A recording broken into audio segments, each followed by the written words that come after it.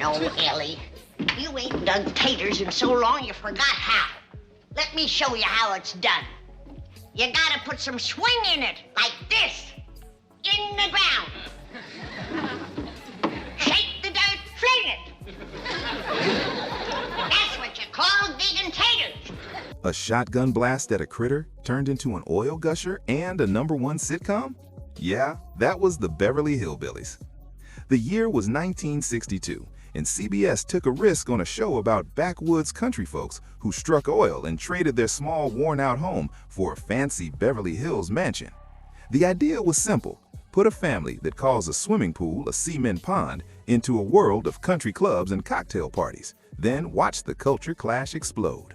Buddy Epson played Jed Clampet, the accidental millionaire with more common sense than anyone else in his new rich neighborhood. Irene Ryan was Granny, the shotgun-carrying family leader who treated city people like they were spoiled milk. Donna Douglas played Ellie May, who was part beauty queen and part animal wrangler. Max Baer Jr. was Jethro Bodin, whose 6th grade education and endless job ideas became running jokes. Raymond Bailey played banker Milbour Dale, always trying to keep the Clampet's millions safely in his bank. And Nancy Culp, she was Miss Jane Hathaway, Drysdale's smart, loyal secretary, and the calm, sensible voice in a mansion full of chaos. For 9 seasons and 274 episodes, the Beverly Hillbillies was one of the most watched shows of the 1960s. Today, we're counting down 15 weird facts about the Beverly Hillbillies you probably didn't know. However, before we load up the truck, hit that like button, subscribe, and hype the video. It helps YouTube show it to more viewers just like you. Now, let's get into the countdown. With number 1, Granny and Jed were almost the same age. Irene Ryan made Granny Clampett look extremely old, like she had been taken straight from a dusty Ozark porch in the 1890s, complete with her bun, her frown, and enough attitude to power an entire army. She was only 5 years older than Buddy Ebsen, 59 to his 54, when the show began. Hold on now, Granny. You ain't gonna stomp out no fire like that, are you? Huh? Oh, of course not. Don't want to burn my shoes. Granny and Jed could have been schoolmates, but Ryan committed to bending over like a question mark, and the makeup team spent hours every day adding wrinkles and age spots. Ebsen, who had already danced with Shirley Temple and survived being poisoned by the Tin Man makeup in The Wizard of Oz, played Jed as the tall, wise leader of the family. Meanwhile, Ryan walked around the set like she needed a walker, shouted orders, and carried the power of someone who had lived through 3 wars and most of her enemies. Off-screen, Ryan was still performing vaudeville acts with more energy than most 20-year-olds. During breaks, she would stand up straight, crack her back, and instantly look many years younger. Oh, you bad boy. Where have you been? Is that the dog? Oh, yes, and look at him. He's so happy, and I'm so grateful. How can I ever reward you, Mr. Stanton? Oh, please, no money. However, if you'd consent to have lunch with me, I'd be glad. Lunch? Why, of course I will. That's the least I can do.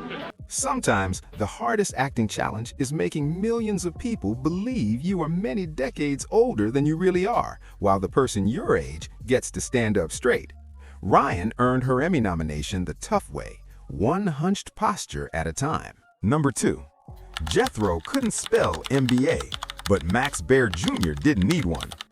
Jethro Bodin bragged about his 6th grade education like it was a Harvard doctorate, but Max Baer Jr. actually had a business degree from Santa Clara University with a philosophy minor added in.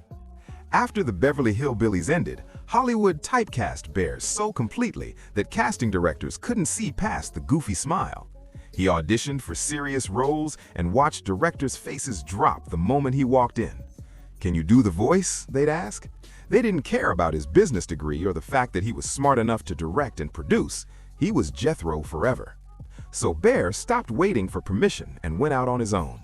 In 1974, he wrote, produced, and starred in Macon County Line, a dark Southern revenge movie made for about $220,000. Yeah. Hemp is kind of slow sometimes. Say, y'all wouldn't mind showing me some identification now, would you? It grossed over $30 million. Talk about a return on investment. He followed that up by producing Ode to Billy Joe in 1976, which was another hit. Add in competitive golf trophies, real estate investments, and that infamous attempt in the late 1990s to build a Beverly Hillbillies casino in Reno, complete with a 200-foot oil derrick and a restaurant called Jethro's All You Can Eat. And you've got a man who understood business better than most studio executives. The casino never happened. There were zoning issues, funding problems, and probably a few CBS lawyers stepping in. But the ambition showed how tightly Jethro stuck to Baer's identity, even when Baer was trying to break free. The frustration with typecasting simmered for decades, until 2014, when he sued CBS over character rights and merchandising, saying they had blocked him from making money off the role that made him both famous and unable to get other work. Look, Granny, I caught that big chicken. Well, it ain't as tough as its egg. That is a flamingo. Sometimes the dumbest character on TV is played by the smartest guy in the room, and sometimes that guy earns more money than the studio that refused to hire him. Number 3. Granny's cookbook was real and insane. A lot of sitcom cookbooks are quick cash-ins put together by ghostwriters who've never even watched the show, but Irene Ryan went all in. In 1966, she released Granny's Hillbilly Cookbook, written completely in character with co-author Kathy Pinkney. Some dishes had funny, joking names like Beelzebub Birds for a special chicken dish and baby oil liver munchings for an appetizer made with eggs and bacon. Then what I call my heavenly hash. That's grits and chitlins, possum belly, hog jowls, and catfish. All minced together and simmered in gopher gravy. Folks talking. But buried between the jokes were real Southern dishes: cornbread, beans, greens, pickling tips, and what Granny called beaver ridgers because spelling was not her strong skill. For the brave, there were real small game recipes: possum stew, roast squirrel, groundhog. The cookbook sold surprisingly well. Half the buyers wanted real recipes like the ones their grandmas used to make. The other half wanted to check if Granny was truly serious about possum pie. She was completely serious. Tell me about Beverly Hillbillies now. Oh, no, I don't want to hear about Beverly Hillbillies today. It's a great show, Wednesday nights, 8:30 to 9. That's fine, we know that. But what about the cookbook? I want to know about the cookbook. It's going very well, Alan. Granny's cookbook. And I can't tell you, the last time I was on your show? Yes? I cannot tell you how many fan letters I got asking where to get it. Yes? Well, where do you get it? Naturally, in a bookstore. You don't go to a hardware store. Granny didn't just cook up trouble on screen. She served it with gravy, folksy one-liners, and recipes that could even work as survival guides, all in a hardcover book. First edition hardcovers now sell for a lot of money on the rare book market. It turns out possum recipes actually go up in value. Julia Child taught America to cook French food. Granny taught them to cook roadkill. Tonight we is having leftovers. That's the thing about possum innards. It's just as good the second day. Number 4. Why did Jethro call him Uncle Jed if they were cousins? If Jethro was Pearl Bodin's son and Pearl was Jed's cousin, then technically Jethro wasn't Jed's nephew. He was his first cousin once removed. So why all the Uncle Jed talk? Uncle Jed, I got me a girl. You sure have, boy, and a city girl, too. Well, in rural Ozark families, younger relatives called older cousins aunt or uncle out of respect, not because of biology. It was about manners, not family trees. The same reason Ellie May called Pearl Aunt Pearl, even though the family tree didn't require it. Aunt Pearl, would you do me a big favor? Well, of course, Ellie May. What is it? Would you take this here fur coat? The Clampets weren't family tree experts. They were hillbillies with good manners and a loose idea of where everyone fit on the family chart. Besides, Uncle Jed sounds a lot fancier than, hey, first cousin once removed Jed. And let's be honest, Jethro struggled with any math that didn't involve food portions. Do you think he was mapping out bloodlines? Uncle Jed stuck because it sounded right, showed respect, and didn't need a flowchart. Perfect for a family that never met a rule they couldn't misunderstand. Number 5. Mr. Drysdale forgot his lines. Raymond Bailey spent 9 seasons as Milbour Drysdale, scheming, panicking, and obsessively protecting the Clampets' millions like a dragon guarding gold. Well, are we all set to give the Clampets a red carpet reception? Well, I'm afraid Mrs. Drysdale still isn't too happy, sir. Yes, I know. Off-screen, Bailey was the opposite. He was calm and professional, the kind of actor who hit his marks and remembered his lines for decades on Broadway, in films, and on radio. Then, during the show's later seasons, something started going wrong. Bailey began showing early signs of memory problems, missed cues here, forgotten lines there.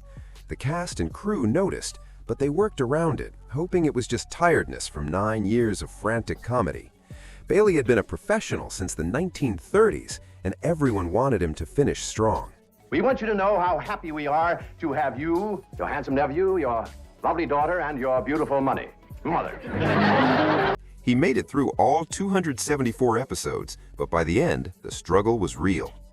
After the Beverly Hillbillies ended in 1971, Bailey made only 2 more films, both mid-70s Disney comedies, Herbie Rides Again and The Strongest Man in the World, before retiring as Alzheimer's disease got worse. The once outgoing actor almost completely withdrew from public life. I'm sure we're thinking of 2 different Oxfords. You see, there's one that's very famous and very old. The only cast member he stayed in touch with was Nancy Culp, his loyal on-screen assistant, Miss Jane Hathaway. I'm Jane Hathaway, Executive Secretary to Mr. Drysdale. And you, I take it, are a domestic of some sort? Even as the world got smaller and harder for him, that friendship stayed strong. She'd visit, they'd talk about the show, and it became one of the few constants in his later years. Bailey died of a heart attack in 1980 at the age of 75, nearly 10 years after Drysdale's last scheme. But in reruns, Drysdale's memory is perfect. Every scheme, every panic attack, every desperate attempt to keep the Clampets happy. Raymond Bailey faded, but Milbour Drysdale never forgot a thing. Number 6. Bea Benaderet almost played Granny. Before Irene Ryan got the role, creator Paul Henning seriously thought about Bea Benaderet for Granny. The problem was, Henning thought Benaderet's figure was too full for the part. Granny needed to look wiry and old, like she had survived on vinegar and spite for 80 years. Benaderet, with her curves and natural warmth, didn't match that scrappy, bird-like look. Benaderet saw it too and didn't argue. She knew Ryan was the better choice. Got the prisoner all tied up, Granny. Can I go back and get the other one now? No, you can't. You keep your mind on your feuding. Close the gates. So Henning gave Benaderet the role of Cousin Pearl Bodin instead. Jed's meddling relative who showed up, caused chaos, and then went back to the hills after 11 episodes. Benaderet played Pearl with twangy sass, but she wasn't staying for long. Henning had bigger plans. He spun Benaderet off into Petticoat Junction, where she became the lead of a show that ran 7 seasons and 222 episodes. Someday, that train's gonna sneak in, drain out all the water before you can get out, and leave you high, dry, and bare. Ryan became an Emmy-nominated icon. Benaderet got her own empire. It turns out being passed over for Granny was the best thing that ever happened to her. Number 7. Ellie May's critters were Hollywood royalty. Every animal Ellie May brought into the mansion, whether a raccoon, possum, skunk, or monkey, looked like random wildlife, but she had sweet-talked them off the studio lot. Every single one was a trained professional. They were provided by Frank Inn, one of the most famous animal handlers in TV and movie history. Inn's client list reads like Hollywood royalty. Benji, Arnold the pig from Green Acres, the cat from Breakfast at Tiffany's, Higgins from Petticoat Junction. He ran a talent agency for animals, and his roster had better credits than most human actors. He worked on all 3 of Paul Henning's top sitcoms, The Beverly Hillbillies, Petticoat Junction, and Green Acres, making him the hidden MVP of that whole TV dynasty. Without him, there's no Ellie May chasing raccoons and no Arnold outsmarting Mr. Douglas. Next time you see Ellie May with her little critter, remember that wasn't a random woodland stowaway she found behind the mansion. That was a trained professional with an agent. Rusty, now that you and Skippy's such good friends, I bet you'd like it fine if you could swim too.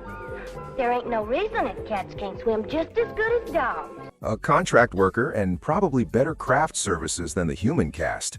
Number 8. Buddy Epson almost retired before playing Jed. By the early 1960s, Buddy Epson was done. He had danced with Shirley Cumple and Captain January, survived the Tin-Man makeup that nearly killed him, and spent decades moving between vaudeville, Broadway, and enough Hollywood musicals to fill a theme park. All the best folks are parading on a Sunday afternoon. We'll rent a horse and carriage, and I'll be proud of you. He was ready to trade his tap shoes for a quiet ranch life. Then his agent gave him a script for the Beverly Hillbillies. Epson later said, "I started reading and laughing, and by the time I finished laughing, I had signed a contract." The humor hooked him, but so did the opportunity. Ebsen had gone through some lean Hollywood years doing low-budget westerns and small roles. The idea of steady work on a network comedy sounded good, but Ebsen had one condition. They had to rewrite Jed. The original version was a wide-eyed country bumpkin, just another hayseed joke. Ebsen refused. He wanted Jed to be calm, moral, and quietly wise. Maybe it's for the best that you know about that poor woman next door, Ellie. How you can pitch in and help us get her cured. Yep. I'll need you to help find the makings from a sobering up mash. The kind of father who would keep his family grounded no matter how crazy Beverly Hills got. Without that change, the Beverly Hillbillies would have been 9 seasons of laughing at hillbillies. With it, the show had a soul. Jed became the heart of the series, a character whose quiet dignity balanced the wild slapstick around him. And when the Clampets wrapped up in 1971, Ebsen wasn't finished yet. He went on to play the folksy detective Barnaby Jones for 8 more seasons. I need some answers, Mr. Jones. Will you take the case? I'm afraid I'm going to have to. I'm too old to believe in ghosts. The man who almost quit acting ended up with 2 iconic TV roles spanning 17 seasons. It turns out retirement can wait when you accidentally become a legend twice. Number 9. 55 episodes slipped into the public domain. Now here's something Jed Clampet probably never imagined when he struck oil, that part of his fortune would one day belong to nobody. Because of a clerical mistake, 55 early episodes of the Beverly Hillbillies slipped into the public domain. Someone at Filmways, the show's original distributor, simply forgot to renew the copyrights in the 1970s.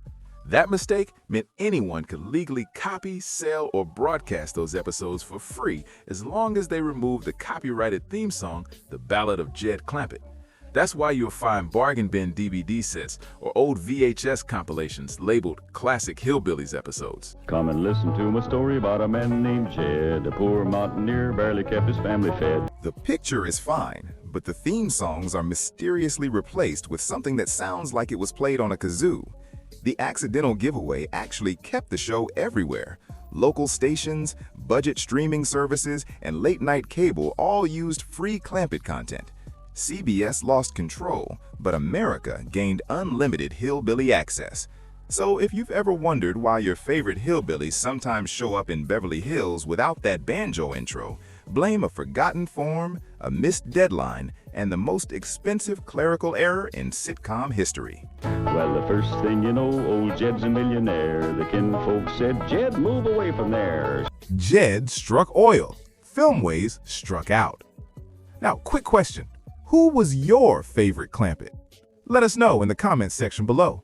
And be sure to hit that like button, subscribe, and hype this video. It keeps the lights on and makes sure you never miss more weird TV facts. Now back to the countdown with number 10. The concept was originally about time travel. Believe it or not, the Beverly Hillbillies almost began with a time machine. When creator Paul Henning first pitched the show, his idea focused on a pioneer family from the 1860s who suddenly ended up in modern New York City. CBS loved the fish out of water idea, but hated everything else. That's bad. Out driving in broad daylight ain't no way to get engaged. What are you talking about? I proposed to your daughter out driving. In a horse and buggy, that's a heap different. Filming in New York was too expensive. Time travel was too complicated, and pioneers in bonnets, that was too niche. So Henning went back to the drawing board. He kept the culture clash, but got rid of the time machine. The setting moved from the 1860s to the 1960s, and the family became poor Ozark mountaineers who struck oil, packed up the truck, and moved to Beverly Hills. No flux capacitor needed. Jethro, what does that sign say? It says Beverly Hills.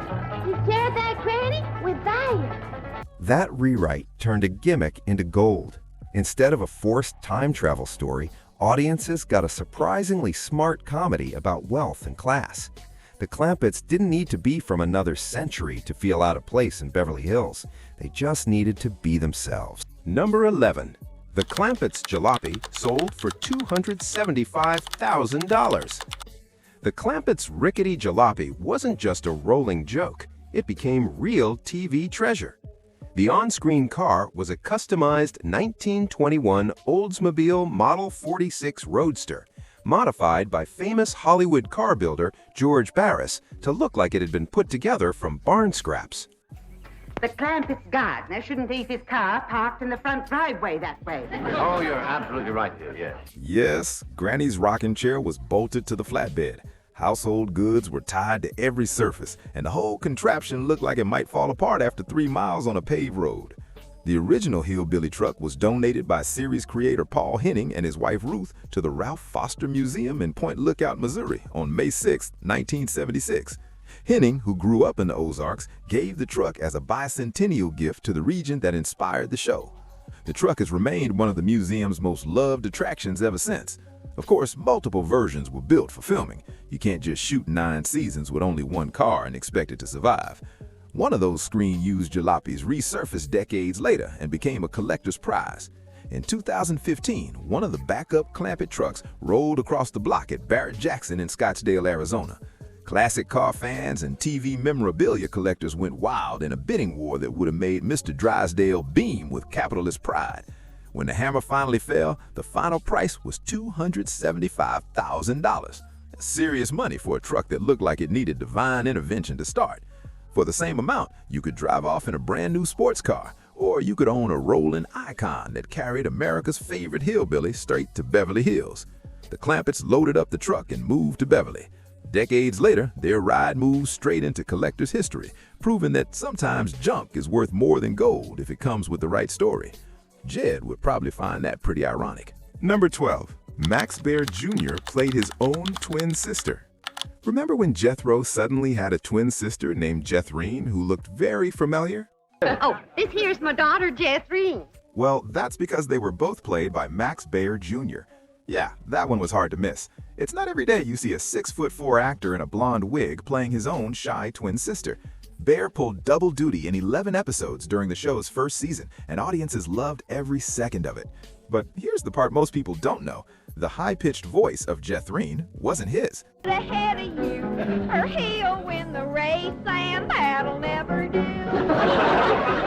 It was dubbed by Linda K. Henning, daughter of series creator Paul Henning, who later became one of the stars of Petticoat Junction. Let's wash her out when we get to the hotel. Eventually, Baer got tired of the double act, and Paul Henning agreed it was time to move on. Jethreen was quietly written out after season 1, but she left her mark, a one-of-a-kind sitcom experiment that only the Beverly Hillbillies could pull off with a straight face. Number 13. Nancy Culp versus Buddy Ebsen's political war. On screen, Jed Clampet and Miss Hathaway got along just fine. Off-screen, Buddy Ebsen and Nancy Culp, not so much. Word around the set was that they clashed from the start. Ebsen was old-school Hollywood, a conservative song and dance man who liked things his way. Culp was college-educated, sharp-tongued, and not afraid to challenge him. The relationship stayed professional, but friendly banter sometimes had a sharp edge. Let's you and me go and leave these two lovebirds alone. No, wait, please, let me take you all to Palm Springs.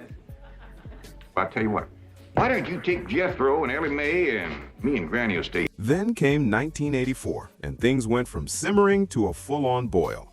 Culp, a lifelong Democrat, decided to run for Congress in Pennsylvania, and Epson publicly backed her Republican opponent, even recording a radio ad saying she was too liberal. Nothing like hearing your old co-star trash you on AM radio. Culp fired back in interviews, saying Epson was nothing like his kind Jed Clampet persona and should have minded his own business. The situation was wild, and the tabloids loved it. Culp lost the election, and what little was left of her relationship with Epson ended. For years afterward, fans asked Epson about it at conventions, and he either dodged or doubled down. Some people close to the show say Epson and Culp might have patched things up before Culp's death in 1991, but no one really knows. If they did, it was strictly off the record. Either way, it's one of those behind-the-scenes stories that proves TV's nicest families could still throw a little shade when the camera stopped rolling. Number 14. The theme song hit number 1 and made bluegrass mainstream. Listen to my story about a man named Jed, a poor mountaineer, barely kept his family fed. Few sitcom theme songs ever make it onto the charts.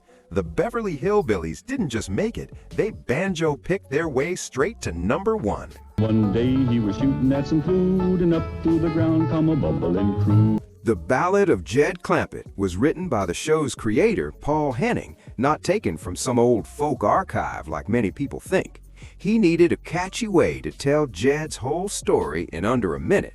Poor mountaineer struck oil, moved to Beverly Hills, and somehow it became one of TV's most iconic songs. Oil, that is, black gold, Texas tea. Henning brought in bluegrass legends Lester Flatt and Earl Scruggs, who were at first nervous about the word hillbillies. Once they realized the show was a satire, not an insult, they agreed and made history. Well, the first thing you know, old Jed's a millionaire. The kinfolk said, Jed, move away from there. The vocals came from Jerry Scoggins, while Flatt and Scruggs handled the banjo and guitar picking. When the commercial single came out in late 1962, it shot to number 1 on the Billboard Country Chart and even reached number 44 on the Hot 100. It was the first bluegrass single ever to hit number 1, a real cultural milestone disguised as a TV theme song. California is the place you ought to be, so they loaded up the truck and they moved to Beverly. Suddenly, America couldn't get enough banjo. Radios were blasting bluegrass, record sales went up, and Flatt and Scruggs went from regional favorites to household names. They even appeared on the show several times as family friends. Hills, that is, swimming pools, movie stars. The Beverly Hillbillies. Before the Beverly Hillbillies, many people thought banjos meant hillbilly noise. After this, they meant prime-time gold. The song single-handedly brought bluegrass into mainstream pop culture. And for a while, playing a banjo on network TV was almost as cool as strumming a Fender. Number 15. CBS canceled it during the infamous Rural Purge. You'd think a show that hit number 1 in its first season would be safe for a long time, but that wasn't even close. In 1971, the Beverly Hillbillies was canceled by CBS. Not mainly because it was losing in ratings, but because it no longer fit the demographic the network wanted. Welcome to the infamous Rural Purge, one of the most brutal programming massacres in television history. Unless yes, you're making a mistake. Howdy there, Miss Jane. Ellie May, you didn't spend no time at all at school. The decision marked the end of an era. Out went the Clampets, the Douglases, and the Bradleys. In came All in the Family, The Mary Tyler Moore Show, and later MASH, shows that reflected changing American culture and attracted the demographics advertisers wanted. CBS's gamble paid off. The network dominated the 70s with its new slate of relevant, edgy programming. But for millions of fans, losing the Clampets felt like a gut punch. The oil well didn't run dry. The network just decided it was time to drill somewhere else. And there you have it, 15 weird facts about the Beverly Hillbillies. Which one surprised you the most? Which ones did we miss? Let us know in the comments section below. And be sure to hit that like button, subscribe, and hype the video for more nostalgic deep dives. Until next time,